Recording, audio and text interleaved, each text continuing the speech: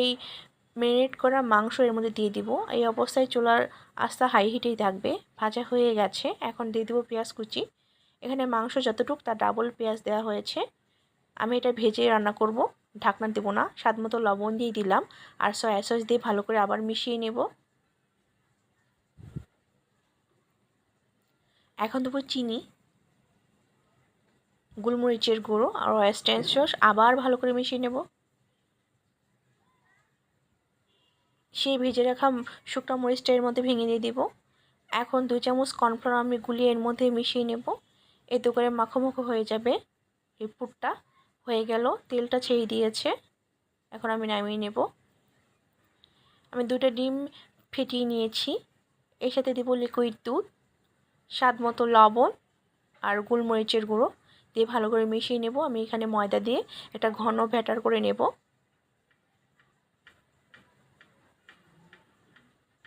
এখানে লেবুর রস দেবো যাতে ডিমের গন্ধ না আসে।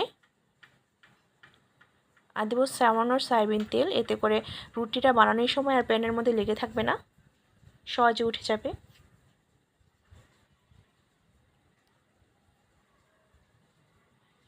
আমি এখন সেই ব্যাটারটা প্যানের মধ্যে দিয়ে দিব, দিয়ে একটা রুটি শেপ করে নেব। এভাবে সবগুলো বানিয়ে নেব। আর রুটিটা কত সহজে উঠে যাচ্ছে।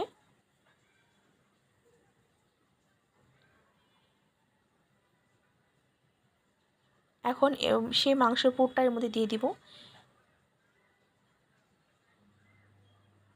সেই ব্যাটারটা এর মধ্যে চার কিনারে লাগিয়ে নেব যাতে এটা সুন্দর করে কুট করা হয়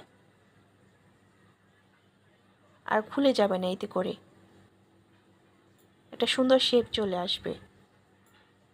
এভাবে সবগুলো বানিয়ে নেব। আমি এখানে পাউরুটি হালকা ছেঁকে তারপরে ব্লেন্ডারে গুঁড়ো করে নিয়েছি।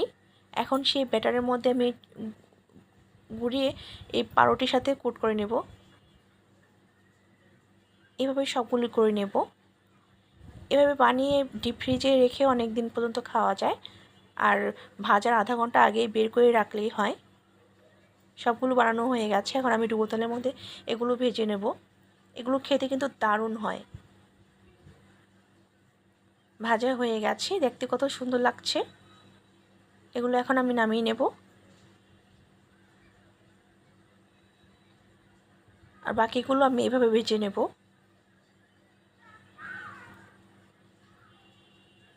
এভাবে একবার হলেও বানিয়ে দেখবেন, সবাই ভীষণ পছন্দ করবে।